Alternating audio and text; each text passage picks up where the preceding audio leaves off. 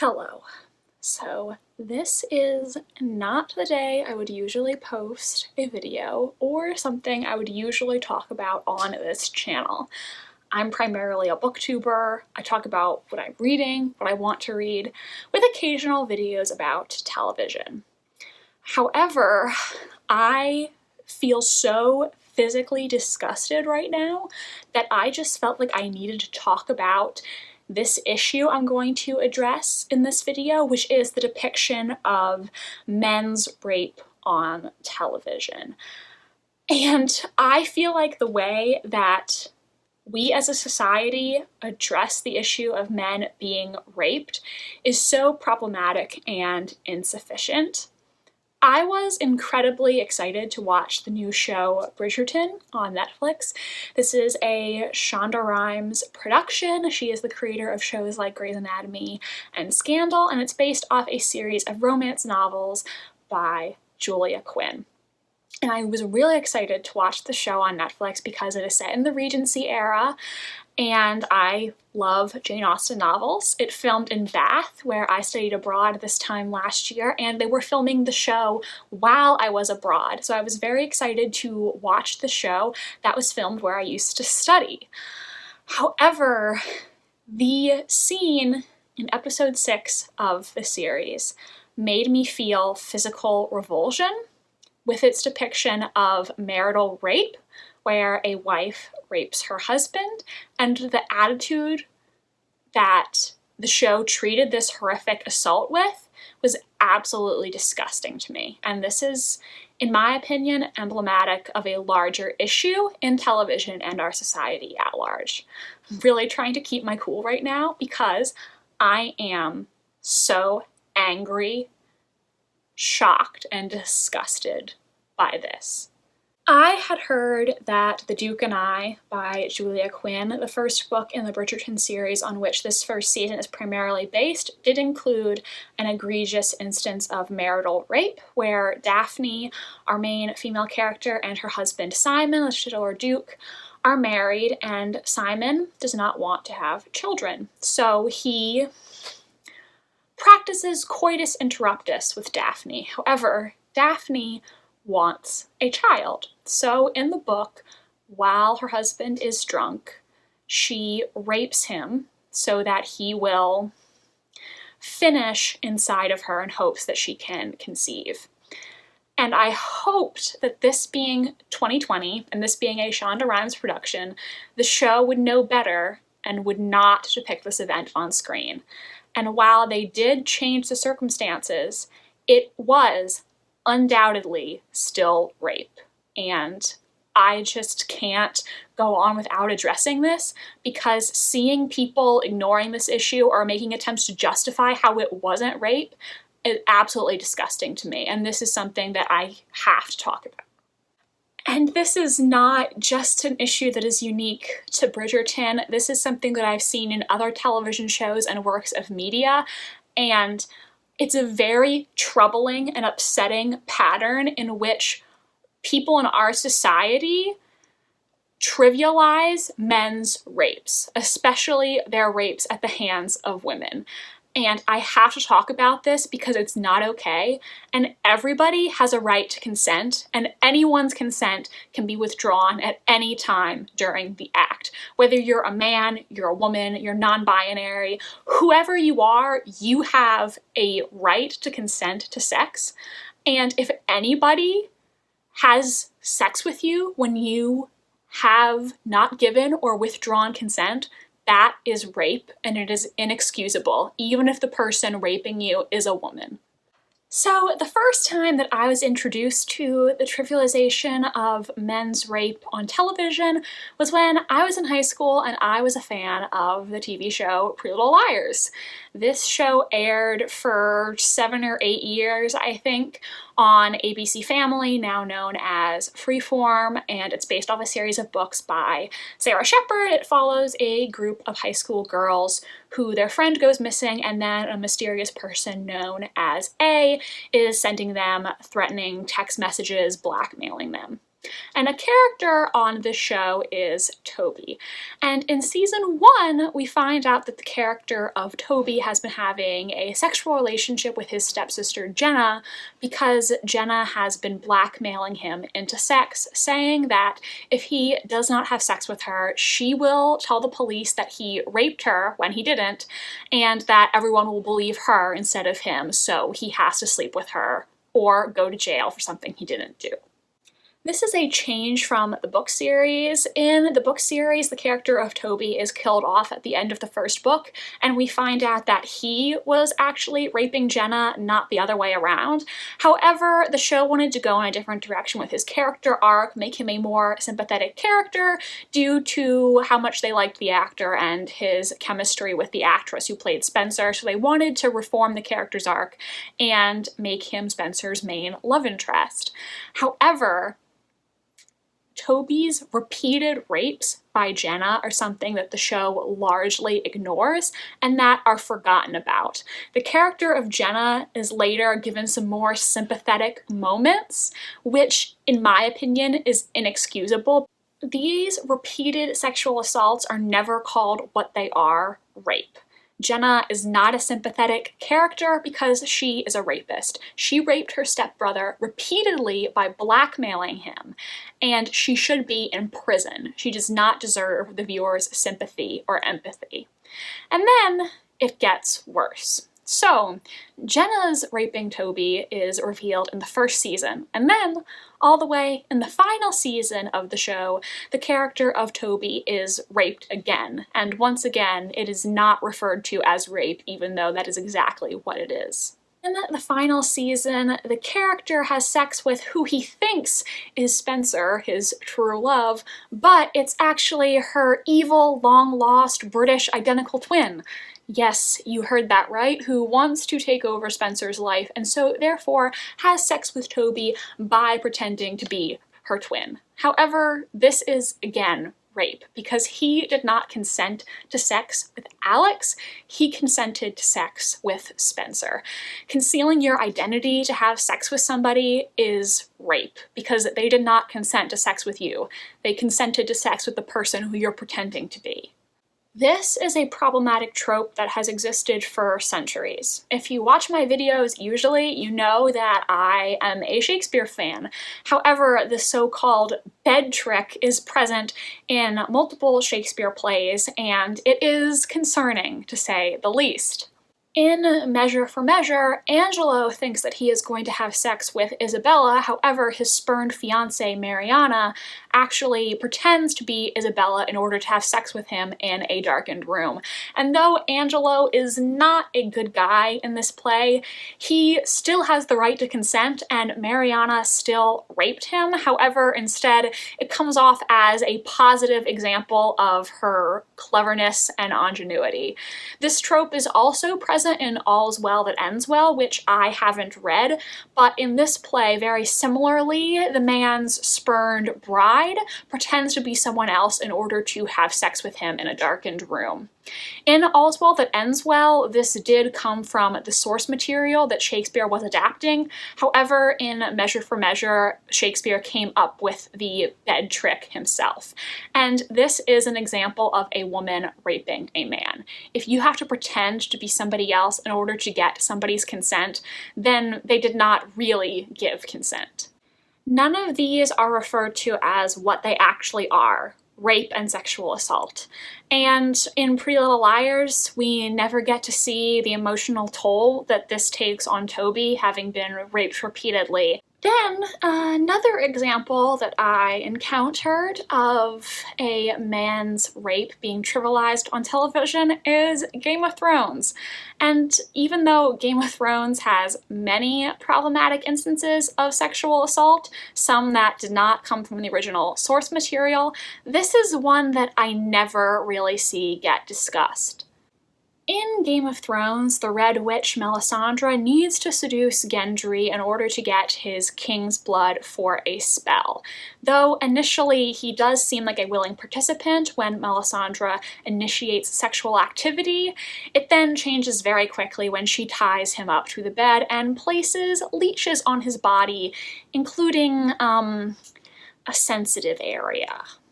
Initially, when I watched this scene, I wasn't sure if the two actually engaged in penetrative sex. However, I did see somebody on a forum say that if you pay attention when watching the scene, you can see her hand making a motion akin to guiding his penis into her vagina, so I would classify this as a rape, or at the very least, a assault of a sexual nature, because consent can be withdrawn at any time during the act of sex.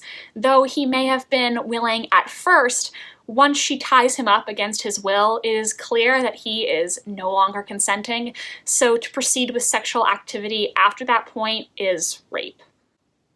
This scene is a departure from the source material. In the original book by George R.R. Martin, it is actually Gendry's younger half-brother, Edric, who Melisandre needs to get blood from, and while how she got that blood is not depicted on the page, Edric is a young boy, so I think it is very unlikely that she used seduction to get his blood.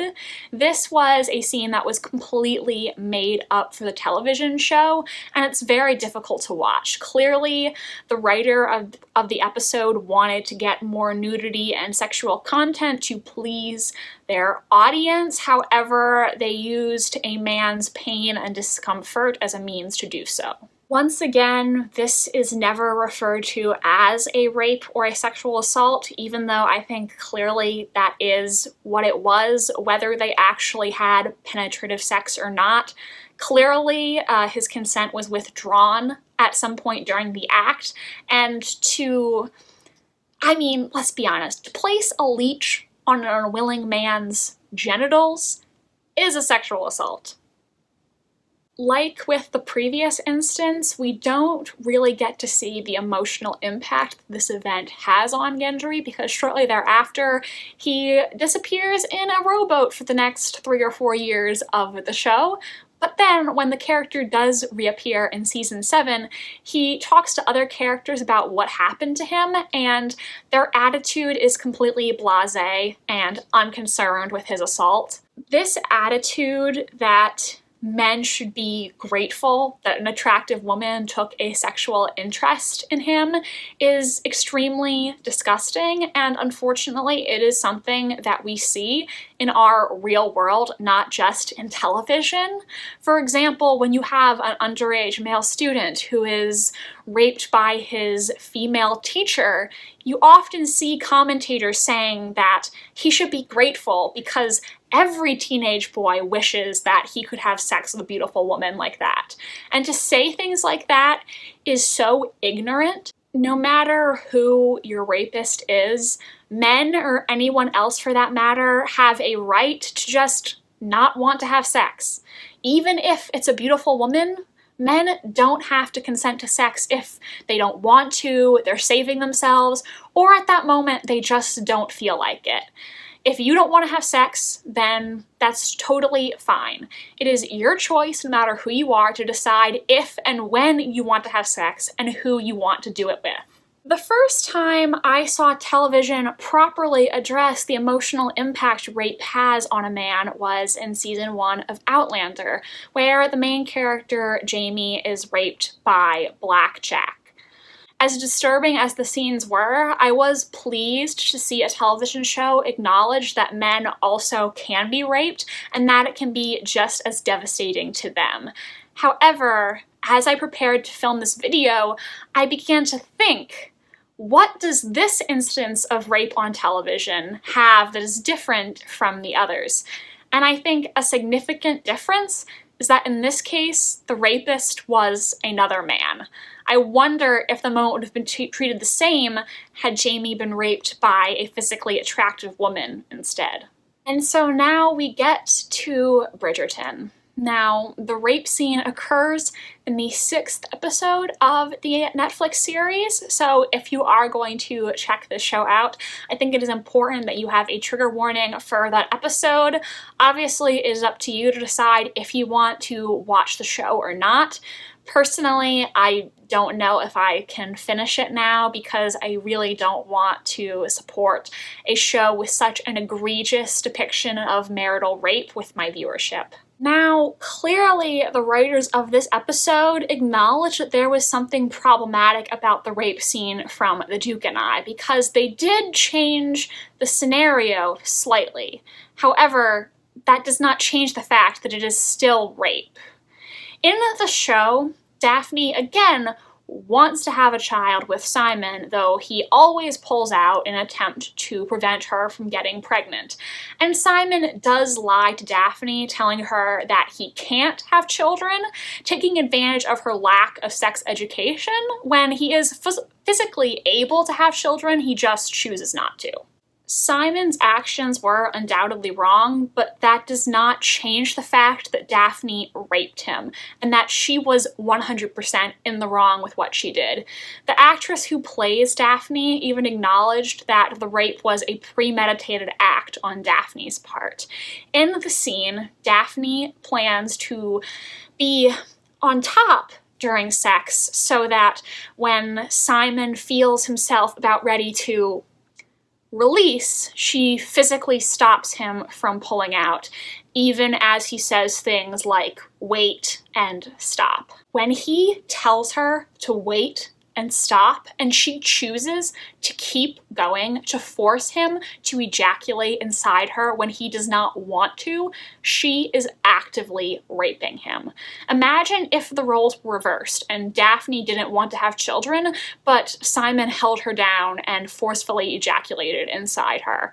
It's the equivalent of poking holes in a condom to get your partner pregnant. It's just inexcusable and wrong, no matter who the perpetrator is. I do not know if I can continue to watch a show where these characters' happy ending is Simon having to stay married to his rapist. What she did to him was inexcusable, and it is absolutely revolting. Also, the fact that the Bridgerton TV series included more diverse casting introduces the complicated racial dynamic of a white woman raping a black man. And the way that this is trivialized and excused because of her sex is absolutely disgusting. I have seen people on social media saying that this was not rape because Simon consented earlier, but consent can be revoked at any point during the act. And the fact that he was telling her to wait was him revoking his consent. She continued, and therefore it became rape. Point blank.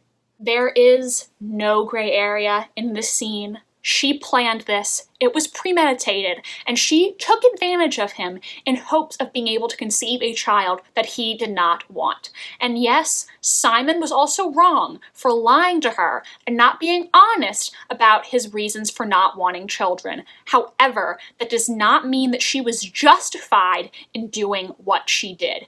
It was rape, and rape is inexcusable in all instances. And the fact that people are trying to make excuses and justify this is absolutely horrifying. The people who wrote this scene should be ashamed of themselves. It is absolutely atrocious, and I felt like I was going to vomit. This is, in my opinion, a part of a larger pattern that we see in television and in society. Society teaches men that they should be sexual, they should want sex, that men should have sex with as many women as possible, and there's not something inherently wrong with that. If you want to have casual sex, that's fine. If you want to wait till marriage to have sex, that's fine. If you want to never have sex with anyone in your life, that's fine. As long as you are two consenting adults, sex can be a great thing. But there is nothing wrong with not desiring sex, even when it's an attractive woman who is offering it to you. It is okay to not want to have sex. It is okay to say no. And when you say no, that should be respected. It doesn't matter if you have done sexual things with this person before. It doesn't matter what their sex is. It doesn't matter if there's someone who you have been romantically involved with. It doesn't matter if you said yes to sex earlier and you have now changed your mind. The other person has to respect your right to say no, and if they don't, then it is rape. We as a society often ignore men's feelings. We tell them they have to repress their emotions, that they should want sex, that they should have sex with women even if they feel uncomfortable, and that's just not an okay message. To any men out there who have been sexually assaulted, I am so sorry for what has happened to you, and I am sorry that people often do not take you seriously when you talk about your assault. It is inexcusable. You have a right to say no just as much as any other person. And while these instances on television may not seem like a big deal, they contribute to the trivialization of men's feelings in our society. Men have the same rights to consent as everybody else, and they should be allowed to express their emotions freely, because teaching men they have to repress their feelings in order to be masculine is hurting them in the long run, and it's not right. I hope this video was coherent. I didn't plan what I was going to say. I was just so upset this morning that I felt like I had to sit down and talk about it. Hopefully this made sense, and if anyone out there feels validated or helped by this video, then it was a success, I suppose. And also, ultimately, it's up to you to decide if you want to watch Bridgerton or not. I just felt like I had to speak out on this issue because I see it as emblematic of a larger systematic problem. Thank you for watching this video. Usually I would have a little spiel that I would say here, but it just doesn't feel right to me to promote my social media accounts when I've been talking about something as serious as sexual assault. So that's it, I guess. I'm going to try to include with this video some resources for survivors of sexual assault. So if any of you out there are in need of those resources, definitely check those out. And I'm also going to include some resources on consent, because this is a very important thing to be educated on, and I don't think young people are taught enough about consent by our society. So definitely use those resources as well. So that's it for me today. I will be back with our regularly scheduled content on Wednesday at 3:15 p.m. Eastern. Thank you so much for watching, and stay well. Bye.